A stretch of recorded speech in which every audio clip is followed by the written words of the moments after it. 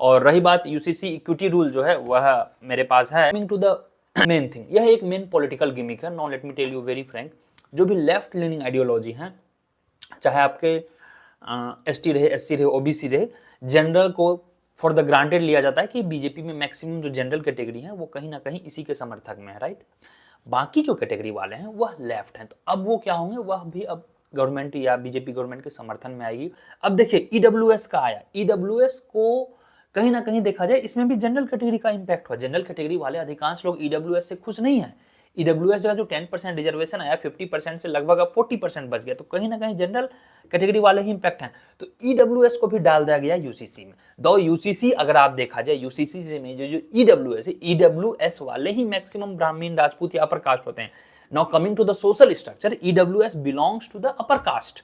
जब आप कास्ट के आधार पे रखे हो ओबीसी, इट्स कंप्लीट कास्ट, ये इनकम बेस्ड पे नहीं है UCC. I don't understand, no one talks of, ये कास्ट के आधार पे रखा गया है।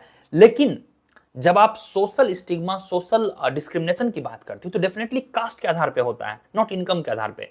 तो ईडब्ल्यूएस के साथ कभी भी सोशल डिस्क्रिमिनेशन नहीं हुआ है, टू बी फ्रैंक। तो ईडब्ल्यूएस वालों को फिर यूसीसी में क्यों रखा गया है?